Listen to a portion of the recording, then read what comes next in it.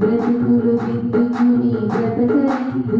సమూహము ఎత్తున్న సత్యము వినుచు నిత్యము తెలుసుకున్నను నీతిలో ఉండెందుకు పాపము చేయుటెందుకు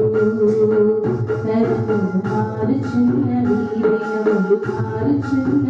క్షణములు మారుచున్న గుణములు మారవెందుకు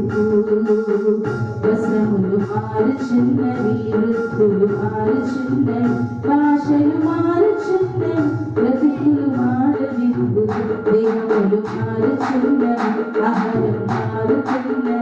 అంతా మారినదా ఆలోచన మారవెందుకు